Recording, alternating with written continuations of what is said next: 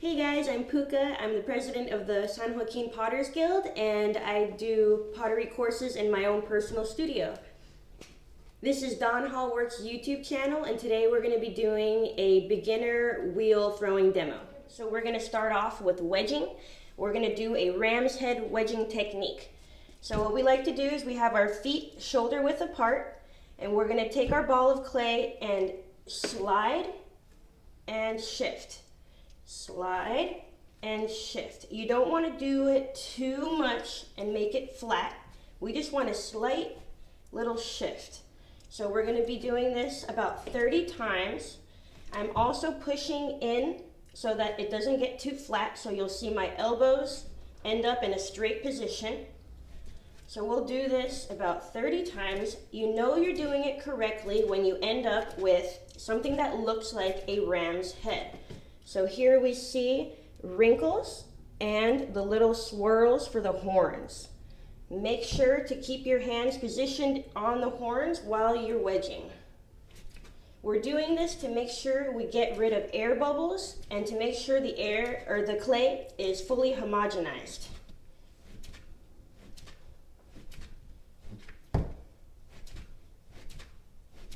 Once you're finished, slide it into itself and create a sphere. I like to do this by whacking the clay into the right shape.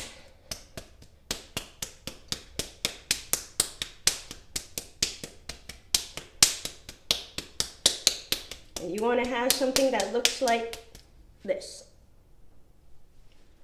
Before we begin, I wanted to go over the steps really quickly. Most of the steps, your elbows are going to be locked into your core for more stability or somewhere, and we're going to be kind of working like a T-Rex. So step 1 is secure the clay to the wheel. Step 2 is centering the clay. Step 3 is opening the hole. Step 4 is widening the hole. And step 5 is lifting those walls. Alright guys, so let's get started to throw. So I like to have a little weight on the left side of my wheel just to kind of lift up my leg a little higher for support, and we'll get back to that in a second. But the first step is to secure the clay to the wheel. So first we're going to do a little rotation of the wrist, and you'll get a little point to the clay. This is perfect so you can aim it down. So we're going to give it a nice smack, give it another smack just to be sure. And we're still on step 1. Spin the wheel, add the water, and we're securing the clay to the wheel. So we're going to be using our fleshy parts to push down. So I'm pushing down. I like to have my chest over the piece, add water as needed, chest down, pushing down. Once you feel the clay moving down, you can now squeeze with your fingertips right at the bottom of the piece. Squeeze to blend that clay onto the wheel head. And now it's completely blended and won't go flying. So we can move on to step 2, which is center the clay. All right, let's add the water again to the wheel. Get the wheel moving. And this is where my left leg comes in play. I can anchor my elbow into my left leg and push diagonally. So I like to think of a cross on top of the wheel head, and we're going to be pushing diagonally. So while I'm pushing diagonally with my left hand, I'm going to have my fist, and we're pushing equal pressure with both hands. We don't want to put too much pressure with the left hand, because then it grows taller. As you see, it's growing taller. We don't want to put too much pressure with the right hand, because then it becomes a mushroom or it becomes too flat. So remember, equal pressure with both hands. You can have your chest over the piece for more support, and you know that it's centered when it's no longer moving. And keep in mind that you will be adding way more pressure with the left hand. That is what will get the piece centered. All right, it's no longer moving me around, so now we can move on to step 3. All right, so step 3 is opening up the hole. I'll add some water, I'll keep my thumbs together, my fingers hugging the clay. My forearms are attached somewhere for stability. And I'm gonna just drill down about an inch with my thumbs, keeping them together. Add some water, and you can go down deeper. Add a little bit more water. And you wanna leave about half an inch at the bottom, just to be safe. All right, once you've gone deep enough, we're gonna widen the hole.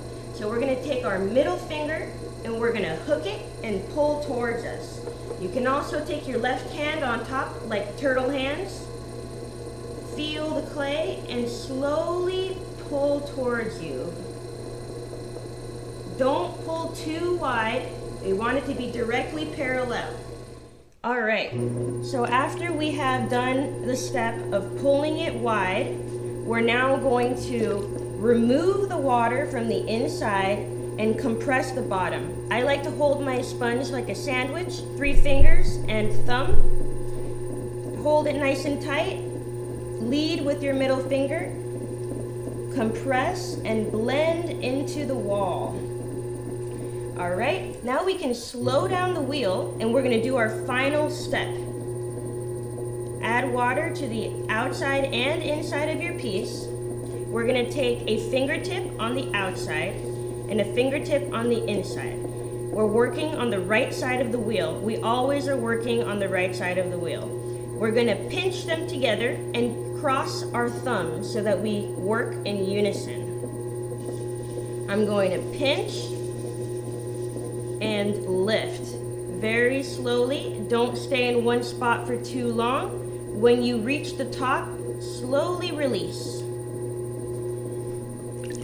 Sometimes if you don't slowly release, you'll cut through like this and it will ruin your rim. So try your best to slowly release. Okay, so we're gonna do this step about 4 more times. I personally like to use a sponge, so I'll take my fingertip through the sponge, still keeping my hands together. This is my way of doing it.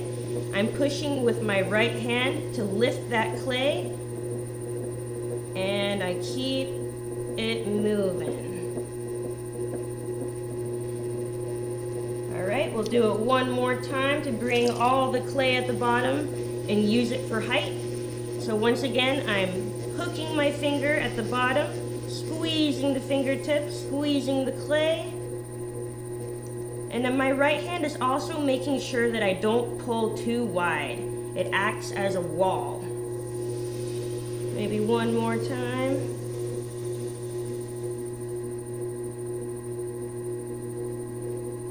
And there it is. There's a bowl ready to be cut off.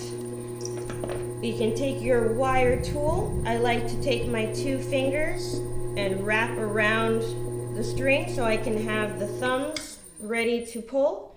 I'll pull straight through. I'll add water to the front. And we want to push this water underneath. So start from the very top, push the water underneath the piece and it'll get it moving. And then it'll be easy to take off your bat. Ta-da!